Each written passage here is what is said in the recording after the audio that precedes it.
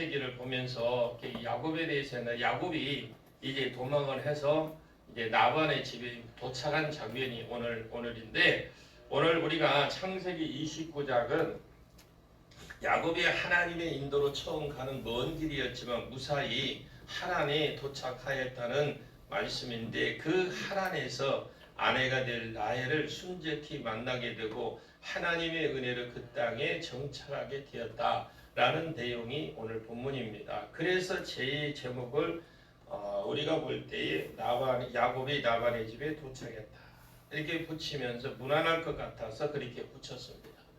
성도가 구원을 받은 이후에 필요한 것이 바로 신앙의 성장이라고 저는 봅니다.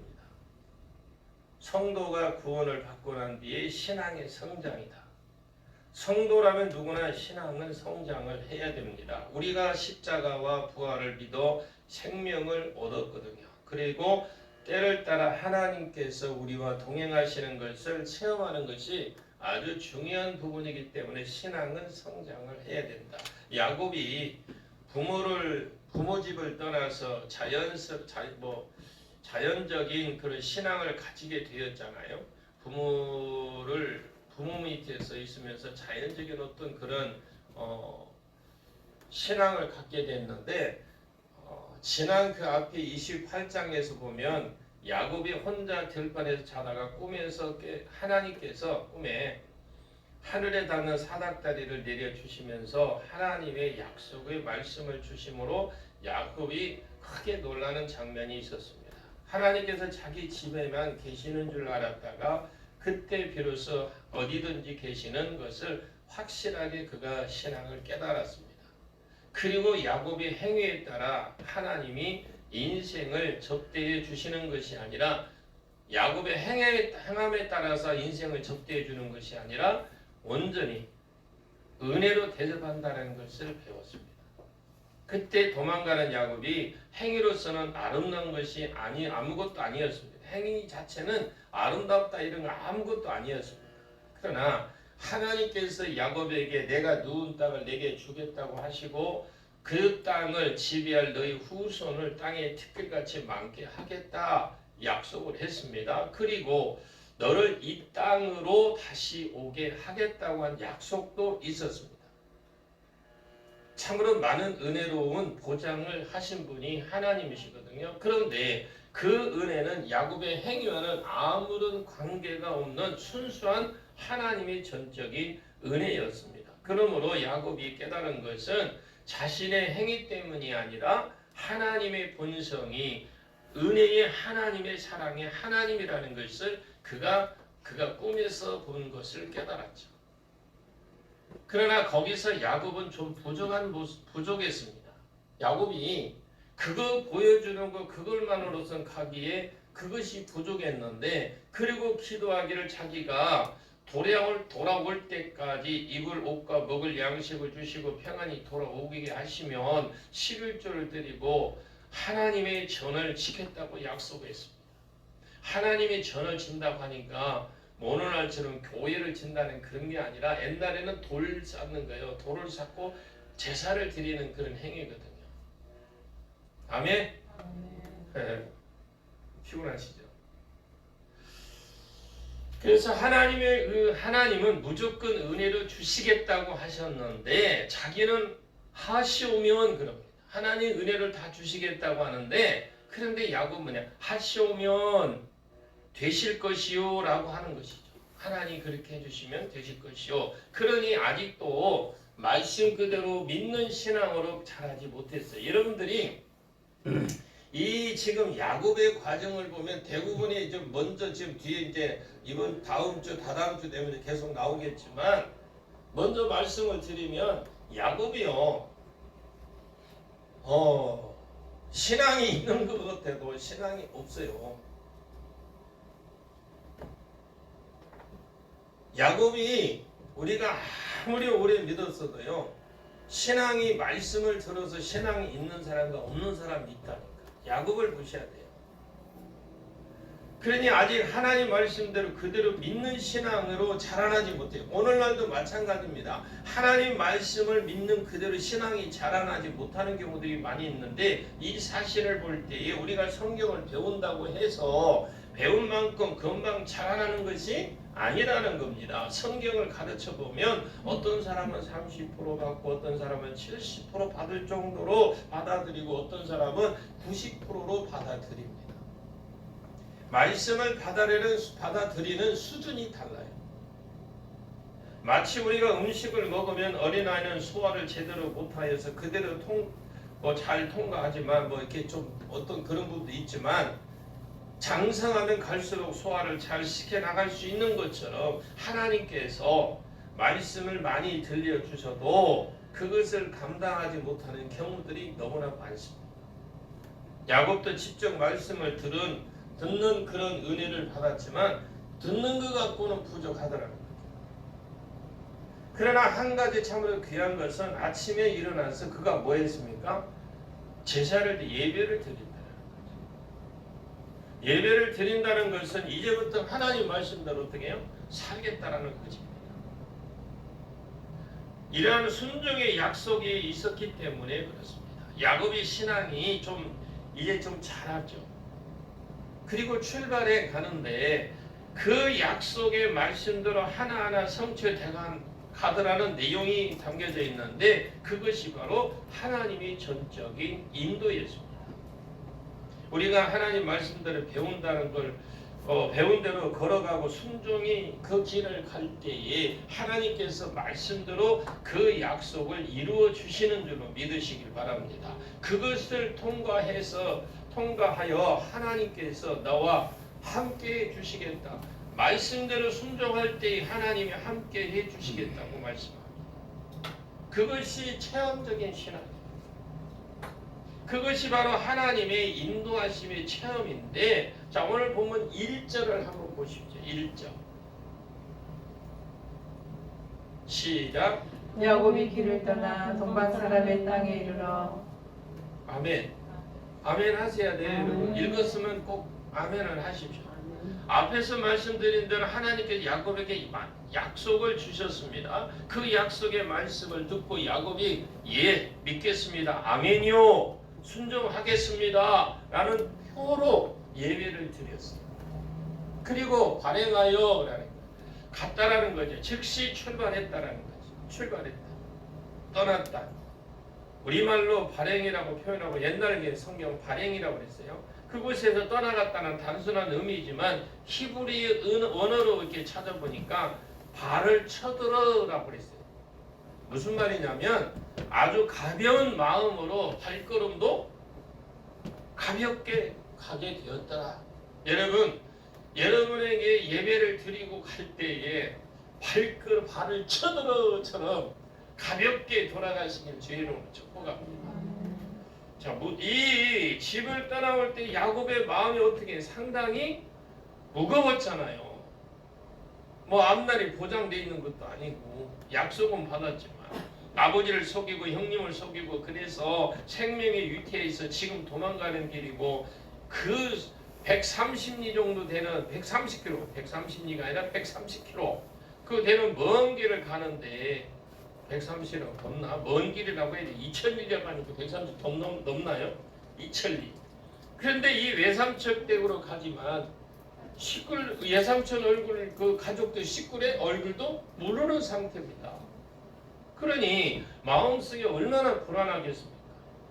이 마음속의 불안이 안 떠나는 거죠.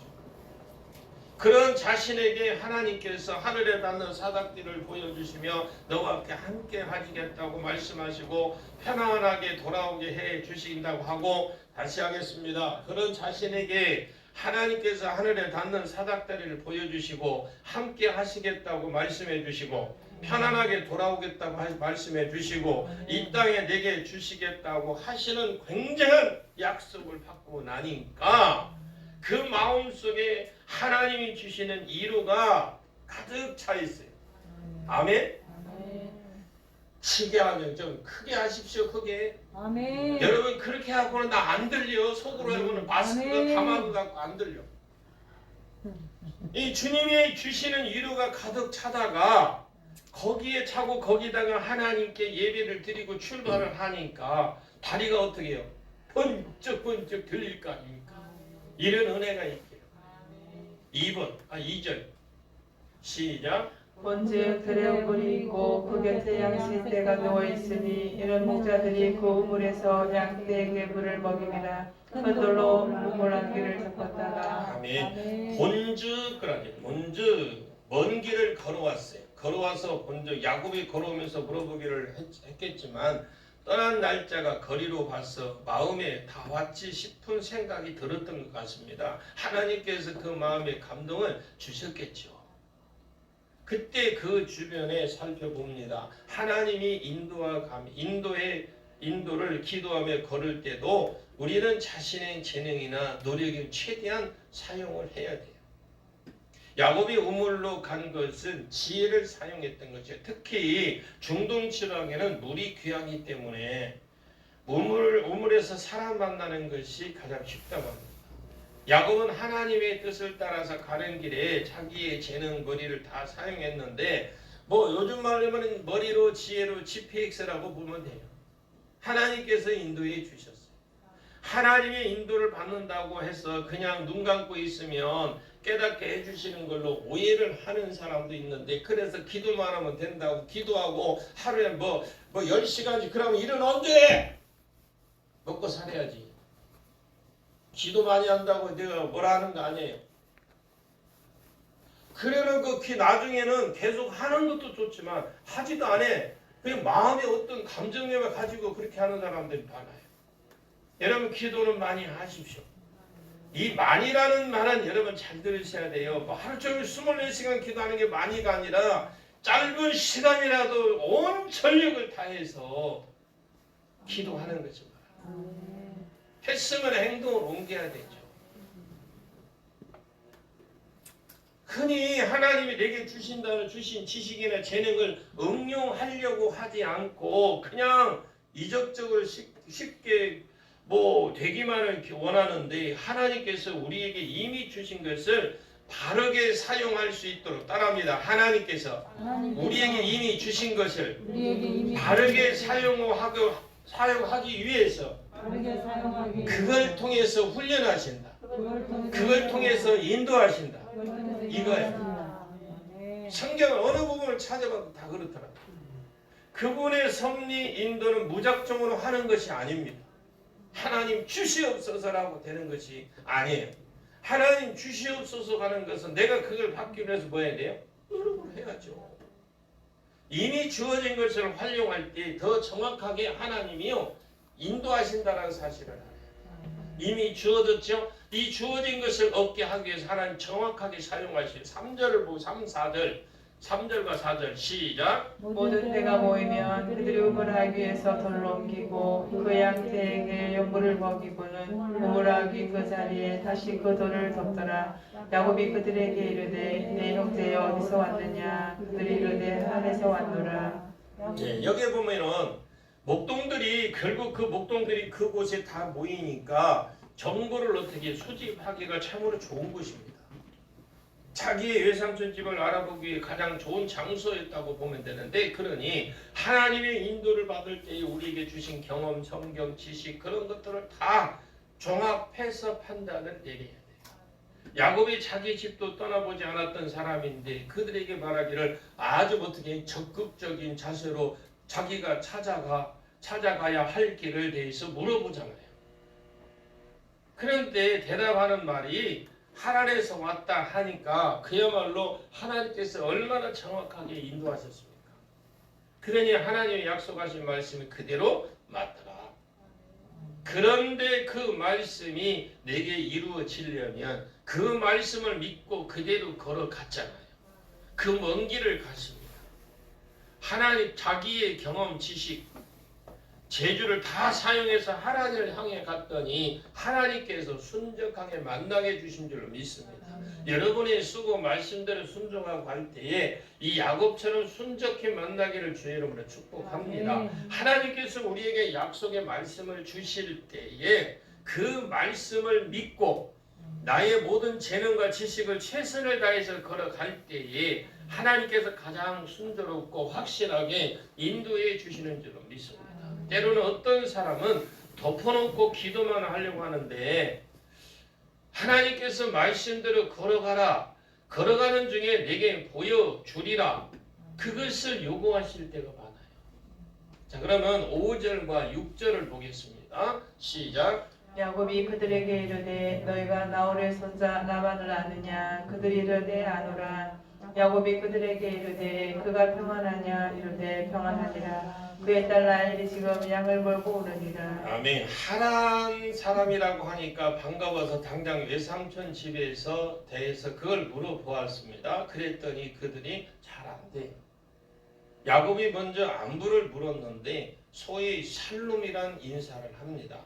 물론 잘 있다는 말과 함께 그 집 딸이 지금 양을 몰고 온다는 것이니 정말 하나님 인도가 착했다는 거죠. 야곱이 그 말을 들었을 때에 얼마나 가슴이 벅찼을까.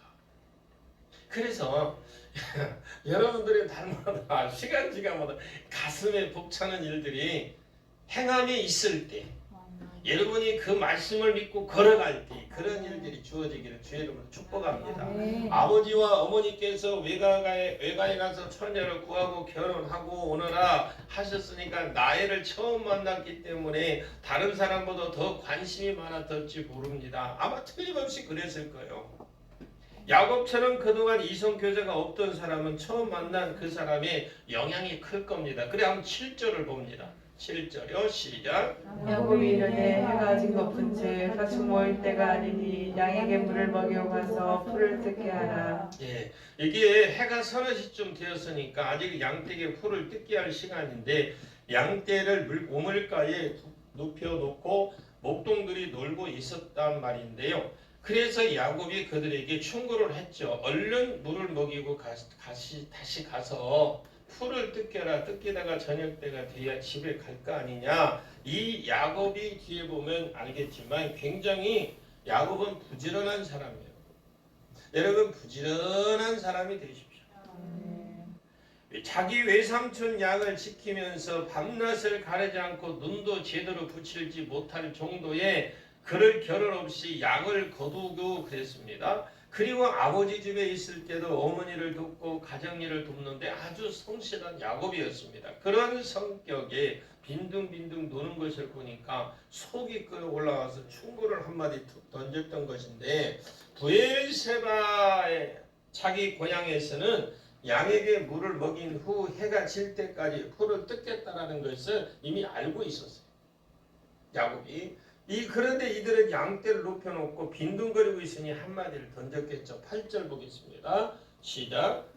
그들이 이르되 우리가 그리하지 못하겠노라. 때가 다 모이고 목자들이 우물 아귀에서 덜로 옮겨야 우리가 양에게 물을 먹이느니라. 지금 이 말을 보면 이 말은 전에 보지 못했던 그러잖아요. 원래 보지 못했던 외인 사람이 남의 마을에 와서 간섭하냐. 이 말이거든요. 자기 지방의 풍속은 목자들이 전부 모이면 아구를 열고 물을 먹인다라는 것입니다. 출애굽기에 보시게 되면 모세가 미디안 광야에 갔을 때에도 이드로의 딸들이 양을 먹였습니다. 그때도 그들이 양떼에게 물을 먹이려고 왔지만 항상 남자들이 먼저 먹이고 자기들은 나중에 먹여왔다라는 그 말을 했어요. 그때도 모세가 뚜껑을 열고 그녀의 양에게 물을 다 먹여 주었습니다. 그랬더니 그녀의 집에서 모세를 대환영을 했습니다. 그때는 양에게 물 먹이는 일이 매우 중요한 일이기 때문에 물을 단독으로 먹일 수 있는 그런 사람은 대단한 힘 있는 자라는 뜻입니다. 단독적으로 그 당시에 물을 먹인다는 그 사람의 어떤 힘의 영향력이 크다라는 것을 상징하는 것이거든요. 이때 이곳 목자들이 말한 대로 다 모여야만 물을 먹인다는 것에 대해서 추측이 많아요. 물이 너무 귀하고 다 모여야만 먹인다는 추측하는 사람도 있습니다. 자, 그러면 9절과 10절을 보겠습니다. 9절과 10절이요.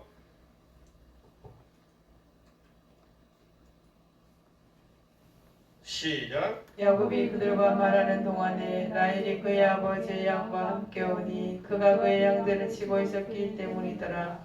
야곱이 그의 외삼손 라반의 딸 라헬과 그의 외삼손의 양을 보고 나아가 우물하기 위해서 돌을 옮기고 외삼손 라반의 양 떼에게 물을 먹이고 이 언니 레아도 있는데 나엘 혼자서 양을 먹였다는 걸 보면 이 나엘도 부지런한 사람이었다는 걸 알 수가 있습니다. 이 말을 보고 어떤 사람 말하기를 야곱의 힘이 상당히 세었을 것이다. 상당히 큰 돌인데 혼자 번쩍 드러내고 물을 먹이게 했으니 그렇지 않다면 잘 보이려고 힘을 썼다라는 거, 이런 말을 하는 분들이 이 주석에 보니까 있더라고요. 근데 남자들은 그런 영향이 좀 있긴 해요. 객기 부릴 때가 있어요. 괜히 쓸데없이 힘센 척 하고 야곱도 그랬을 것이라 보는 사람도 있지만 그것보다도 아주 힘이 세고 부지런한 성품이었다고 보시면 그냥 좋은 쪽으로 보시면 됩니다. 어디를 가든지 하나님께서 보내신 곳, 그곳에서 열심히 일을 해야 될 줄로 믿습니다. 여러분, 여러 면에서 부족함도 있지만 그의 생활은 여러 면에서 매우 근면했다. 그렇기 때문에 하나님께서 그의 생활에 궁핍함이 없도록 채워주신 줄로 믿습니다. 그래서 우리가 부지런한 사람 먹을 것이 많다고 하잖아요. 부지런한 사람 집에 가면 먹을 것이 많대. 혹시 내가 부지런하다 싶으면 분은 나를 부르십시오. 저는 잘 먹어야 되니까. 자, 11절 12절 시작. 그가 라헬에게 입맞추고 소리내어 울며 그에게 자기가 그의 아버지의 생질이요 리브가의 아들 됨을 말하였더니 라헬이 달려가서 그 아버지에게 알림해. 예, 야곱은 어떤 면에서 용감하면서 어떤 때는 대단히 감성적인데요. 사람은 역시 이런 면이 좀 있어야 인간미가 좀 있다고 그러잖아요. 이럴 땐 이 야곱을 보니까 감정도 아주 풍부한 사람이라는 것을 알 수 있는데 이 나엘도 얼마나 당황했겠어요. 웬 남자가 양떼에게 물을 먹여주더니 입도 맞추고 해서 몰라서 어찌할 바를 몰라. 그래서 몰랐는데 자기 아버지를 외삼촌이라고 하니까 뛰어가서 아버지에게 얼른 전화합니다. 이렇듯 야곱에게 생각 밖으로 좋은 방향으로 일이 잘 풀려. 그래 여러분 잘 풀리시길 바랍니다. 이 말씀 우리에게 주시는 말씀이에요. 나에게 주시는 말씀이잖아요. 그래서 술술술 잘 풀려가기를 원해요. 옆에 분에게 가르쳐줘요. 좀 잘 풀리기를 원합니다. 술술 풀리라고 그래요. 술술술. 막힌 거 없이. 그래서 이런 성경을 보실 때 이런 것들 풀리는 거 보면 주여 내게도 아멘 안 하네. 주여 내게도 그러잖아요. 그거 주여 내게도 풀어주면 되잖아요. 지금 야곱이 잘 풀려가요. 언제부터? 하나님 만나고나부터 풀리는 거예요. 자 그러면 13절을 봐요. 13절 시작. 라반이 그의 생질 야곱의 소식을 듣고 달려와서 그를 영접하여 안고 입맞추며 자기 집으로 인도하여 드리니 야곱이 자기의 모든 일을 라반에게 말하매. 아멘. 딸의 말을 듣자마자 달려가 반갑게 맞아드립니다. 야곱은 자기의 모든 일을 라반에게 다 솔직하게 말합니다. 아버지 집에서 형을 속이고 복을 받으려다가 형의 노임을 사게 돼서 어머니가 그의 노가 풀릴 때까지 삼촌 댁에서 있다가 오라고 하셨습니다. 또 가능하면 결혼도 해서 어머니가 아버지가 그렇게 하십니다. 이런 이야기를 있는 그대로 진실하게 했어요. 하나님 앞에서 깨어진 사람은 하나님의 인도를 받아본 사람은 거짓말을 할 수가 없어요. 하여튼 깨지기를 원해요. 그래서 지나온 일들을 그대로 다 이야기를 합니다. 우리가 하나님 앞에 진실하기만 하면 하나님께서 때를 따라 합당한 은혜를 몽땅 주셔요. 하여튼 많이 받으십시오. 하나님 앞에 진실되게 걸어가기만 한 그 사람은 그렇게 하기만 하면 하나님께 때를 따라 합당한 은혜를 주시는데 진실되게 걸어가기만 하면 사람에게 속지 않도록 하나님이 철저하게 보호해 줍니다.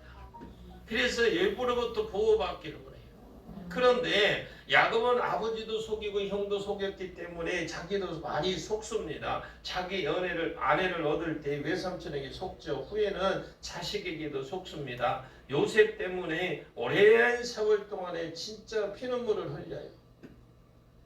결국 하나님께서는 뭐예요? 심은 대로 거두는 것을 야곱에게 보여주셔서 자신이 깨닫도록 하시는 하나님이시다.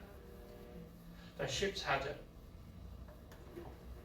시작. 라반이 이르되 너는 참으로 내 혈육이로다 하였더라. 야곱이 한 달을 그와 함께 거주하더니 예, 야곱이 한 달 동안 지금 거기 있었다고 하는데 그냥 먹고 노는 것이 아닙니다. 보통 외갓집에 갔다 하면 며칠 동안은 놀러 다닌다든지 뭐 하겠는데 야곱은 가는 날부터 양떼에게 물을 먹이기 시작하더니 열심히 일을 했어요. 그러니 성도라면 어디든지 하나님이 나를 여기 보내셨다는 의식을 가지고 나의 은사를 개발해 나가야 될 줄 믿습니다. 여러분들은 효동교회에 오셨으니까 하나님이 나를 여기 보내셨다는 의식을 가지시고 여러분의 은사를 개발해 나가야시길 바랍니다. 아이고 내 팔자야 이런 곳 하면서 신세타령 하지 마세요. 가난하면 가난한 대로 부유하면 부유한 대로 거기에 적응하며 살아가시길 바랍니다.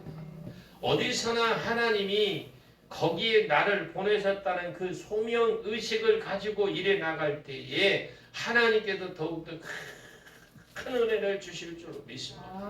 자, 15절을 보겠습니다. 시작. 라반이 야곱에게 이르되 내가 비록 내 생질이나 어찌 그저 내 일을 하겠느냐. 내 품삯을 어떻게 할지 내게 말하라.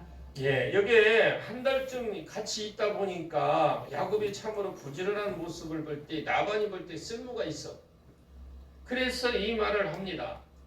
그 때문에 일거리가 없거든 돈 안 받는 일이라도 열심히 해 주십시오. 그러면 당장 인정받아도 초청을 받게 됩니다. 아까운 사람이구나 하며 불러줘요. 하나님께서 합당한 일을 주시는 줄로 믿습니다. 사람을 통해서 주세요. 지금 현재에 우리가 힘들고 어렵더라도 하나님 말씀대로 걸어가시길 바랍니다. 하나님의 음성을 들으십시오. 하나님께서 현재 내게 주신 그 처지를 수납해서 진실하게 봉사를 하시기를 바랍니다. 야곱은 외삼촌 집에 가서 한 달 동안 있는 사이에 벌써 일을 열심히 해서 외삼촌에게 인정하여서 외삼촌 자체가 인정해서 야 근데 너 하는 거 보니까 공짜로 일만 하긴 너무 아까운 너는 인재다. 보수를 정해야 되겠다고 외삼촌이 먼저 제의를 해옵니다. 이게 오늘 15절까지예요. 그러면 이 말씀은 1절에서 15절까지 다시 한번 우리가 전체적으로 정리를 해보면 본문에서 야곱과 라헬이 처음 만나는 장면이 나오죠. 그렇다고 해요. 여러분 보기만 끄떡끄떡 합시다. 야곱은 에서처럼 용사는 아니었지만 사람을 잡아 끄는 묘한 뭐가 있어요? 매력이 있었고 라헬도 그 못지않게 매력이 있었어요. 그래서 처음 만날 때부터 서로가 끌렸어요.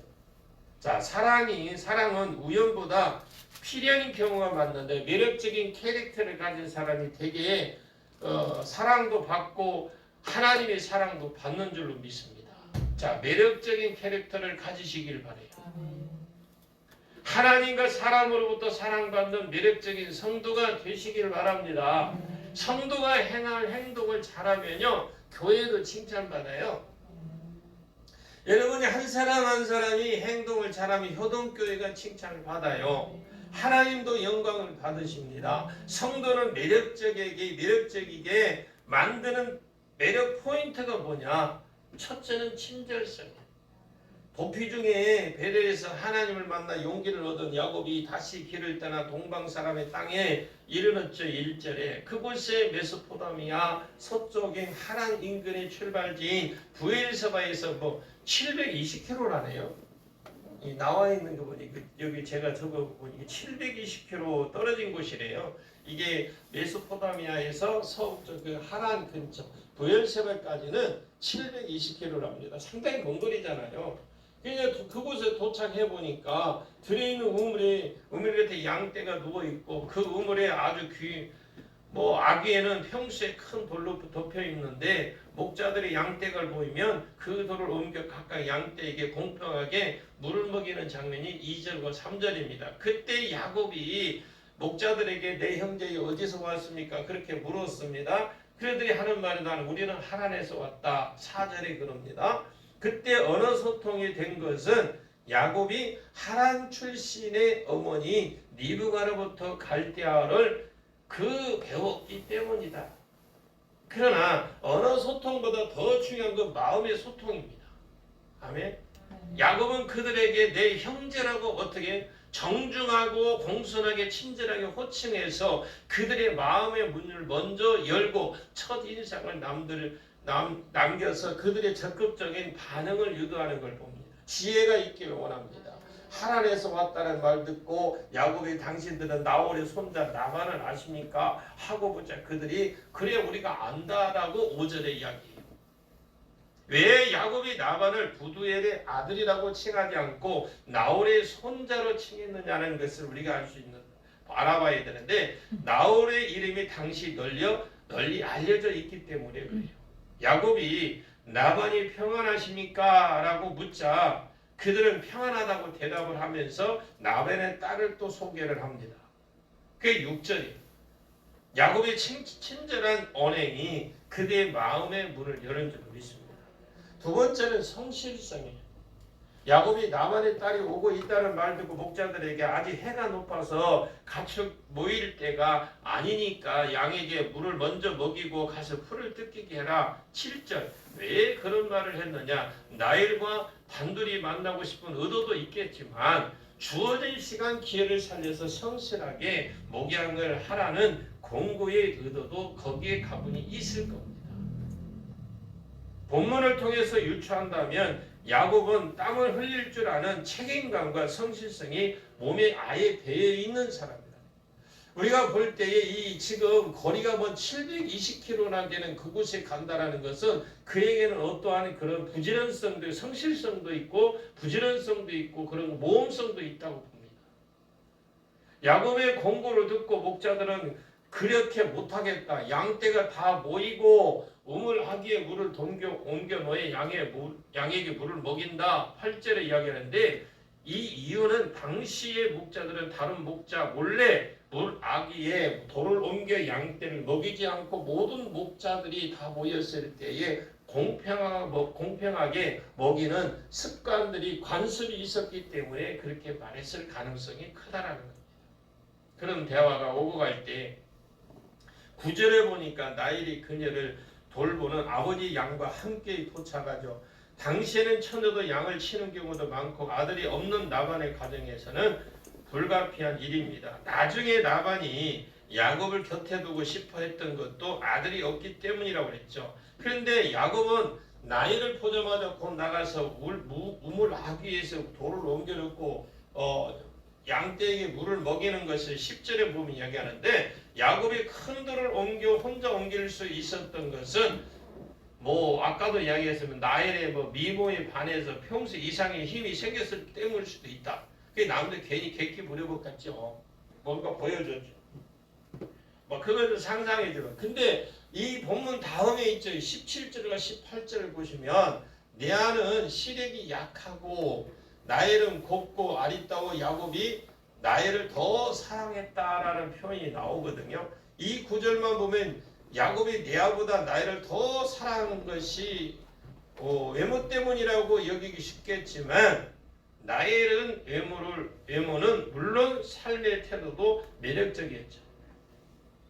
그녀가 아들이 없는 가정에서 아버지의 양을 치는 모습은 그녀의 근면성, 성실성, 적극성, 책임감을 보여줬다. 이 모습이죠. 얼굴도 이쁜데 게으르지 않고 성실하기까지 하니까 야곱이 그녀를 죽을 때까지 깊이 사랑했던 것이 잘 이해가 됩니다. 사람은 성실하고 책임감 있는 사람에게 끌려가게 돼 있습니다. 세 번째로는 순수성이에요. 여러분 순수성을 가지십시오. 야곱이 그 11절에 보니까 나엘을 만나자마자 그녀의 양떼에 물을 먹여주는 이후의 행동을 보면 입 맞추고 손에 울었다. 그리고 12절에 보니까 자기가 나반의 조카이고 리브가의 아들이라고 하자 라헬이 달려가서 아버지에게 이야기를 하죠. 외사촌 여동생을 만나서 너무 기뻐서 입을 맞추고 소리를 내고 우는 모습을 보면 야곱은 자기 감정이 솔직한 사람이다. 그의 눈물을 고생 끝에 가까운 친족을 만나서 고향집을 떠나야 했던 서러움이 아마 겹친 것도 있겠죠. 만남의 기쁨도 있었고 그동안에 고생했던 것이 한꺼번에 그냥 감정으로 복받쳤을 수도 있겠습니다. 자, 그럼 네 번째로는 헌신성입니다. 헌신성. 그 13절 말씀에 보면 나엘이 있죠. 야곱이 온 소식을 자기 아버지에게 알리자 라반이 그 소식을 듣고 바로 달려와서 그를 영접합니다. 그리고 안고 입 맞추고 자기 집으로 인도해 드리고 야곱도 모든 그런 사회를 다 털어놓습니다. 아브라함의 종 엘리에셀이 자기 누이 동생 리브가의 이삭 신부로 데려간 후에 97년 만에 그녀의 아들인 야곱을 맞이하는 나반의 태도, 감정적인 사랑 때문인지 의지적인 사랑 때문이는 아니었습니다. 얼마 지나지 않아 나반이 계산적인 태도로 나왔기 때문에 그렇죠. 그런데 그 14절의 말씀을 보면 나반은 야곱에게 처음에는 너는 참으로 내 혈육이다 그랬죠. 그런데 그 혈육적인 사랑은 오래가지 못하는 걸 봅니다. 결국 제한 감격과 기쁨이 사라지면서 한 달 같이 살아보니 거주했을 때에 나반이 야곱에게 제의를 하는데 야곱아 내가 비록 내 생질이지만 어찌 내가 내 일을 하겠냐 내 품삯을 어떻게 할지 내게 말하라. 고용인을 대하듯이 이제 어투가 달라지기 시작하잖아요. 한 달만 있으면 야곱의 성실성과 탁월성을 알아본 나반은 야곱을 자기 곁에 두고 싶어서 고용 계약을 맺게 되는 겁니다. 겉으로 조카를 공짜로 벌어먹지 않으려면 친절하는 그런 것 같지만 내면의 약삭빠른 계산, 친절성, 가장에 표현된 것이다. 그때 나반은 야곱이 자신의 딸 라헬을 사랑했기 때문에 무리한 요구하지 않으리라는 계산도 있었어요. 계산적인 나반은 라헬에 대한 사랑으로 인해서 계산을 초월하는 헌신적인 야곱을 더 곁에 주고 싶은 그런 욕심이 있었죠. 여러분 십자가를 기쁘게 지십시오. 예수님이 십자가를 지는 말씀을 했을 때 베드로가 주님 십자가는 지지 마십시오.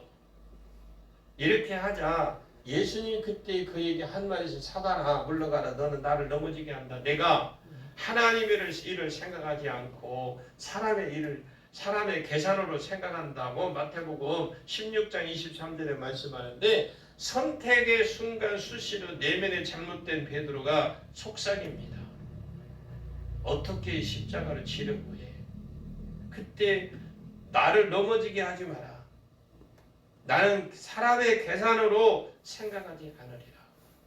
이렇게 스스로 자신을 짓고 인기 없는 줄 좁은 길을 선택했다면 그 길은 결국 당대와 그 당시 해와 후대가 복받는 천국대로는 변하게 될 겁니다. 그래서 저와 여러분은 예수님을 바로 믿으십시오. 그리고 하나님 뜻대로 살려고 하십시오. 잠깐은 고생하고 손해보고 돈도 많이 벌지 못할 수도 있습니다. 그러나 십자가를 지시고 죽도록 고생만 하고 열매 없이 끝나는 일은 없어요. 때가 되면 하나님께서 십자가를 진 그 이상 넘치는 복을 허락해 주십니다. 심은 대로 거두는 당연한 원리를 늘 기억하시고 여러분 좁은 길을 선택한 그 길을 두려워하지 않기를 바랍니다.